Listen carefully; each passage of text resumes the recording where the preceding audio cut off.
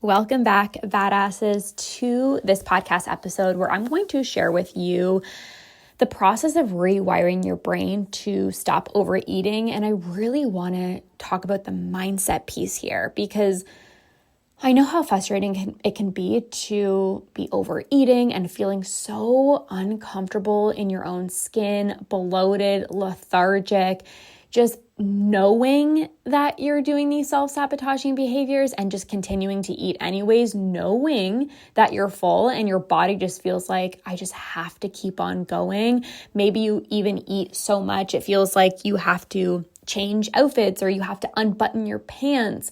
I remember eating so much specifically in the evenings, and I would wake up the next day and I would still be full. I would still be bloated from how much I ate the night before.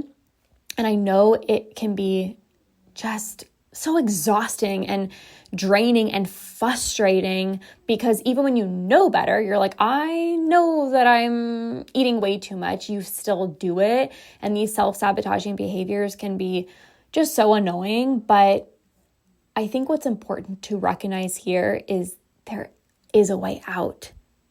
You absolutely can rewire and reprogram your brain to stop overeating. Overeating, just like binging, is a habit. It's a pattern loop inside of your brain. And if you have wired this habit of overeating into your brain, you can absolutely rewire your brain out of overeating. And I want you to be even mindful of your language. How often do you say, but the food is just so good?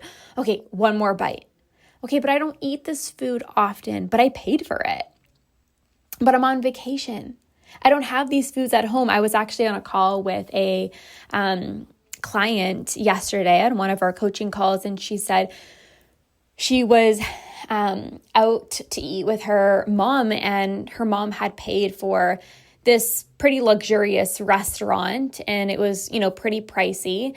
And by the time my client had, the appetizers, she was like, and she had something else. And she's like, I didn't really feel like the main meal, but I ended up eating it because I felt bad because my mom paid for it. And also, I don't have these foods back at home. She was on vacation. I don't have these foods at home. I can't just decide that I want to eat this food whenever. And also, it was money and someone paid for it. And all of these things can make you feel so obligated to eat, whether it's I'm on vacation, I don't have these foods at home, but it's a special food. I don't eat it often. But again, this is all getting programmed into your brain. So every time you say those things, just one more time, I don't eat this food often. I'm at my favorite restaurant, but the food is just so good. And you end up eating past fullness. Your brain remembers that. Your brain now registers overly full as your new level of fullness, which is why stopping when you are comfortably full feels uncomfortable. Stopping when you're comfortably full can actually feel really, really, really uncomfortable. And maybe you've been told things like, just listen to your body and watch your portions, and just don't eat so much and just stop. Just stop when your body have had enough. And you're like, okay, it's not that freaking simple, Susan, because my body tells me that I'm full and I just want to keep on going. So the first thing that you have to recognize when it comes to overeating is you're going to experience discomfort either way. Whether you stop eating when you're comfortably full, that can be uncomfortable because your brain and body are not used to that. But also, if you keep on eating way past fullness, that is also hella uncomfortable. So you're going to experience discomfort either way. And right now, most likely, you're already experiencing discomfort through overeating. But you think stopping when you're comfortably full, that discomfort is somehow different. It's not different. Discomfort is discomfort. It's just a level of discomfort that you're not used to, but you're already experiencing discomfort. I have so many of my clients who ask me on coaching calls, like, how do I sit through the discomfort? Like, it's so uncomfortable. Because I feel sad that my meal is over. Like, I just want to keep on eating. Like, it's just so uncomfortable. But I tell them it's just a different type of discomfort. You're already experiencing some level of discomfort. Even thinking outside of food, I'm sure you've had at least one difficult conversation in your life. I'm sure you've gone through a challenging workout. Maybe you lost a loved one. All of that is uncomfortable. And you are able to sit through it. Nobody wants to experience discomfort, but it is so required to get to the other side. To build a deeper relationship with your partner, you might need to have those uncomfortable conversations. To feel like a strong badass inside of the gym, you're going to have to experience discomfort. So when it comes to overeating, you're going to experience discomfort. And if you start to normalize this process and just simply say to yourself, of course it feels uncomfortable. My brain and my body is so used to eating past fullness. And now my brain and my body is just feeling uncomfortable when I'm comfortably full. Not because there's anything wrong with me, but it's just a different feeling that I'm not used to. The good news is that every single time you stop eating when you're comfortably full and you're satisfied, you're rewiring your brain to say, hey, this is actually my fullness. Because so many of you guys tell me, I don't know, like my hunger and fullness cues, they're so out of whack. I remember thinking my hunger and fullness cues were broken. I felt so disconnected from my body, and just like I'd be that 80-year-old that would still be overeating because I just love food so much, and it was so hard to freaking stop. I felt sad when my meal was over. I couldn't even go about my work day because all I'd be thinking about is like going back and getting more food. I had to finish my meal. I had to eat so much in order for me to feel like a sense of relief. But now, the only form of discomfort that I experience is actually overeating. You will get to a point where it actually is a big turnoff to overeat. You can't even get yourself to do it. You're like, oh, why am I going to make myself feel like crap? And it's a different feeling because right now you might be saying, yeah, well, I'm bloated. I'm uncomfortable. And that doesn't like push me off the edge, so to speak, to stop. Like, I know I feel like shit. I know I'm bloated. It is so uncomfortable. I don't feel good in my own skin, but like that doesn't make me want to stop. But again, all of this gets easier over time. The more you practice being uncomfortable and stopping when you're comfortably full, it gets easier over time. Your body will literally get turned off by overeating. You won't even be able to overeat because it's just like there's like a resistance. Your body's like, why? Like, I don't want to feel that way. I'm not going to actually do that. So it becomes so much easier over time. This is not about like, come on, just try really, really hard and just stop. It's like your body, it just can't. It's like your body's like, I don't do that. So there's that. Experiencing discomfort is part of the process, and you're going to experience discomfort either way. But something else that's important too is you have to see how continuing to overeat and eating past fullness is impacting you. Your physical health, your habits, routines, your mental health, your mood, how you show up at work, how you interact with other people, because this isn't about like, well, I just want to feel better in my own skin. It is so much deeper than that. When you overeat, how is your mood? How is your energy? How do you speak to your children? How do you speak to your partner? Do you get agitated? Are you irritable? Are you patient? Are you calm? Do you stay consistent with your habits and routines? Because for me personally, when I was overeating, there would be so many times where I'd be like, I don't even want to work out. Like, I would be so uncomfortable. I'm like, I couldn't even put on leggings. I would be so snappy and irritable with people that I loved. And that just, it sucks. right? Especially if you love like working out and you love your family so much and you're like, this doesn't even make any sense because I love my family so much and I'm irritated with them and I love working out, but I didn't work out yesterday because I ate so much, and like all of these things. Do you avoid being intimate? Do you avoid wearing clothes that make you feel good? Well, I ate so much, so yeah, I'm just going to throw on this baggy shirt and yeah, it makes me feel like crap, but like whatever. Right? Like this is why this cycle needs to stop, because it's not enough to just be like, yeah, well, like don't eat so much. Like that's not a strong enough pull.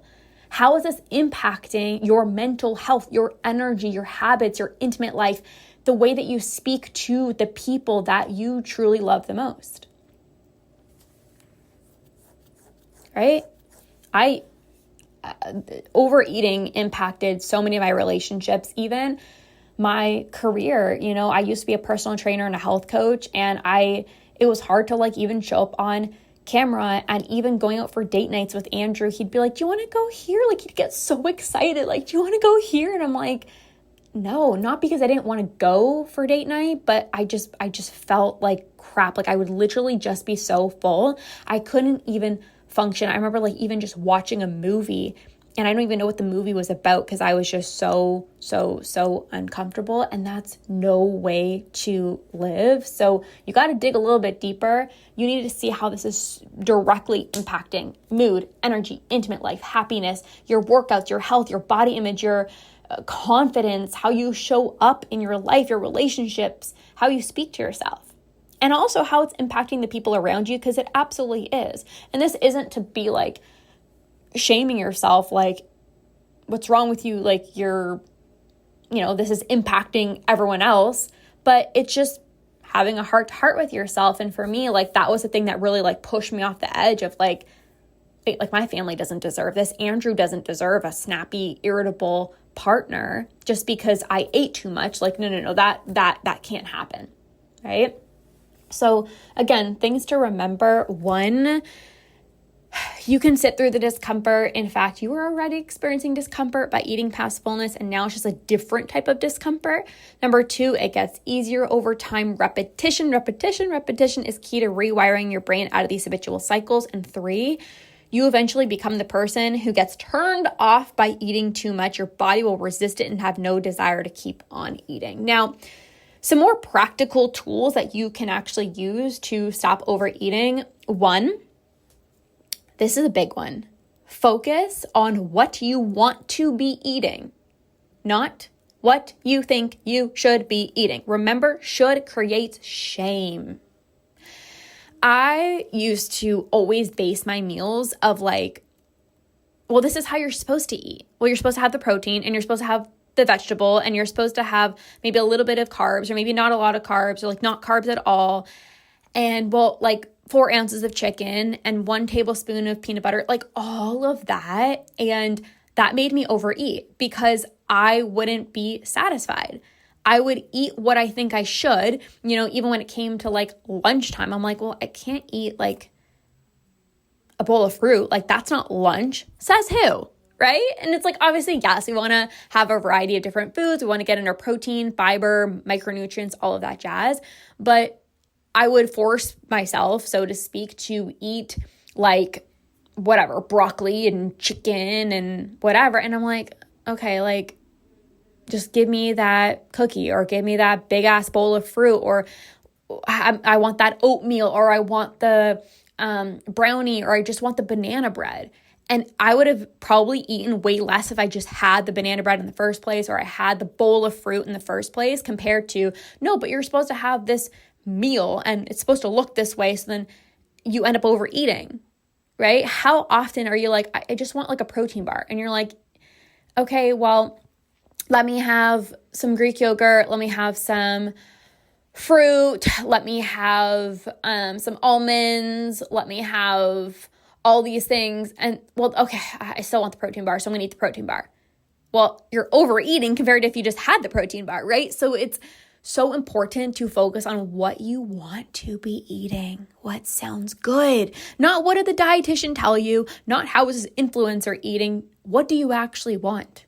What do you actually want? That is so important to help you stop overeating, which kind of ties into the second thing I want to talk about, which is have a bomb-ass party in your mouth, okay? Enjoy your meal. Make it so good, so satisfying, so delicious. What would really do it for you? What combinations do you like?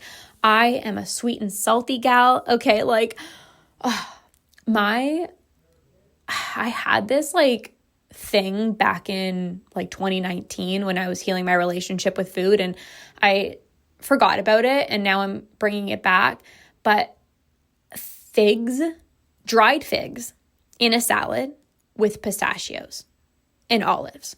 So many different flavors. The dried fig is sweet, and then you have salty from the olives, and then you have also salty from the pistachios. So good in your salad. That just does it for me. It's a bomb-ass combination. And it's so hard to overeat when the meal is just so good, right? And let me go back there. I understand when the food is just so good, sometimes that's a trigger to overeat. But what I'm really talking about is when you're really satisfied, right? And you're oh, wow, this combination really does it for me. It's easier. Your brain gets used to stopping when you're full because it's I'm eating what I actually want. This sounds good, right? Again, if I just had a plain salad, it's okay, I'm full, but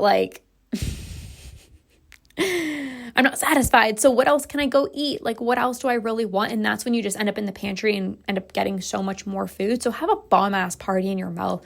What would be satisfying for you if you're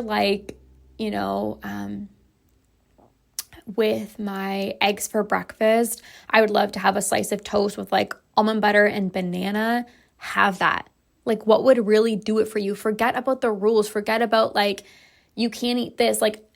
Literally, there's so many times for dinner that sometimes I'd have a bowl of oatmeal. I'm that's what sounds good for me right now. Or, it's hot here in the summer, and sometimes I don't feel a meal, a burger for dinner, but I'm I feel a bowl of oats, or I just want a mango and a cookie and some yogurt and more fruit, whatever.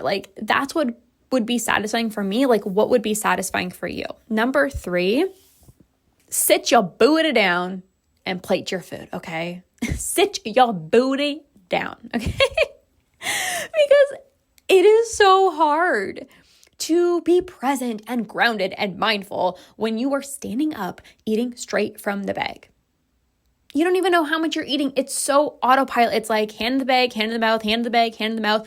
So just autopilot. And that happened to me. Cashews were a big trigger food for me. And I just grab the bag and stand up. I could literally eat probably half a bag of cashews by doing that.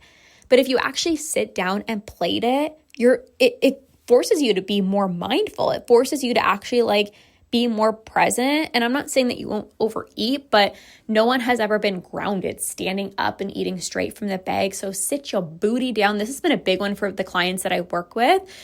Plate your food, sit down, and actually be there with your food. Again, I always think about a movie, when people go to the movie theater, and sometimes I just look around. I feel I'm sometimes a stalker. I'm just observing, and I'm not in a creepy way, judging people, but I just observe, right? And when people are at the movie theater, you can just see they're just watching the movie and so autopilot, not even looking anywhere else. It's just they're watching the screen and they're just stuffing the popcorn in their mouths. It's just complete zoned out, complete autopilot. And, it's, again, it's so hard to connect with your body when you're doing things that are disconnecting you, right? And when you're distracted and you're doing this and you're doing that, it's hard to, if it's already hard for you to feel, your body's cues and your intuition to tell you to stop when you're full, and then you're adding in standing up, eating straight from the bag, or watching TV. Again, it's just one more layer of difficulty to connect deeper with your body. So sit your booty down, plate your food, actually like make this an experience. I'm talking about this with my clients that I'm working with right now. Like make your meal an experience, sit down and actually plate it. There was this one time in 2022, I was eating something like blueberries, but I was just like eating one slowly at a time. And it was just so much more enjoyable. Sometimes we think like, no, like the food is just so good. And like, if I just eat it standing up, it's like so much more enjoyable. No. If you actually sit down and you're there and like, let's say you're even having, the other night I made, my mom brought over a chocolate chip banana bread and I had some with my husband and I made myself a cup of tea and I sat down. It was my son, my husband and I was just like enjoying I made a delicious chamomile tea with some chocolate chip banana bread. That was so much more enjoyable than the times that I used to binge on it standing up. I used to grab chocolate chip banana bread from the freaking freezer and eat it. It was insane. But there's like that's not enjoyable whatsoever. Sure, you're going to get a high from the binge and the euphoria and like the dopamine of like just escaping your body and completely numbing out, but you'll actually taste the food and have a more pleasurable experience if you actually sit your booty down and plate your food. So these are some practical tools that you can use to stop overeating. Again, number one, well, first the mindset piece is you're going to experience discomfort either way. And again, you're already experiencing discomfort. It gets easier over time. Repetition is key to rewiring your brain. You will eventually be that person that gets completely turned off by even the thought of overeating. But the practical tools is one, focus on what you want to eat, not what you think you should be eating. Two, have a bomb ass party in your mouth. Make your meals satisfying. What would it really do it for you? And number three, sit down and actually plate your food. So go and implement the mindset, the practical tools. This is, again, something that you can change. You're not stuck. You're not stuck overeating. You're not stuck binging. You're not stuck mindless snacking or emotionally eating. All of this can be repatterned and rewired. And we go so much deeper in, of course, the programs that I guide my clients through. And something is coming. Something is coming. I am so excited. I just want to share it with you guys so badly, but I'm on a mission to just help so many more people break free from these cycles. And I have changed my life through using a lot of these tools to help me conquer binge and emotional overeating. And it's been an honor to just help so many clients who just felt broken, who felt like I'm going to be 90 years old still thinking about food and binging, and now they're free and they're living their lives and their relationships have changed and they're how they're just so much more present and grounded in their life. And I want to help more people. I'm on the greatest mission of my life to get these tools out to more people who want a better relationship with food. So something is coming. So stay tuned. I'm excited. And that's all I'm going to say because we gotta wait a little bit longer, but something is coming and I'm so excited for those of you guys who are wanting to dive deeper with this and you're just committed to conquering binge and emotional overeating and you're ready for a better relationship with food. You're the type of person that I want to work with because you're ready and you want this, and I'm excited to support you. So stay tuned, but I hope this podcast episode was super helpful and supportive for you. Go and implement, try these tools, try shifting your perspective, try shifting your mindset. It will make a massive difference.